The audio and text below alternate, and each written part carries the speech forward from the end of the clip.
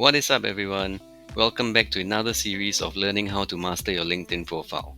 Today, we're going to be walking you through how you can actually upload your resume to your LinkedIn profile.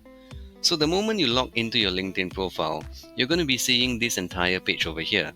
What I want you to focus on is to scroll to the top right of your page and click the Me icon over here. The moment you click it, I want you to scroll down to Settings and Privacy.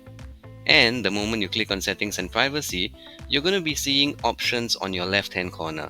I want you to head over to the Data Privacy options, and I want you to scroll down on that page until you go over to the Job Seeking Preferences header over here. I want you to click the very first thing that you see, which is called Job Application Settings. The moment you click on it, you're going to be in the Resumes and Application Data settings of your LinkedIn profile. In this area, you can see that you would like to share your resume data with recruiters here at the bottom. And a very important thing beforehand is to make sure that this is checked on. After this is checked on, you are able to upload your resume, and just take note that there is a 5 megabyte maximum file limit size for your resume. The moment you click on upload your resume, you're able to click on your resume that you have, and it will be uploaded right over here.